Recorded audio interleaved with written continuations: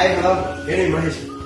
హైదరాబాద్ ఛాయ్ మణికొండలో ఏదైనా మీటింగ్స్ కానీ ఎవరితో మాట్లాడాలి ఏదైనా డిస్కషన్ కానీ ఇలాంటివి ఏమైనా పెట్టుకోవాలి.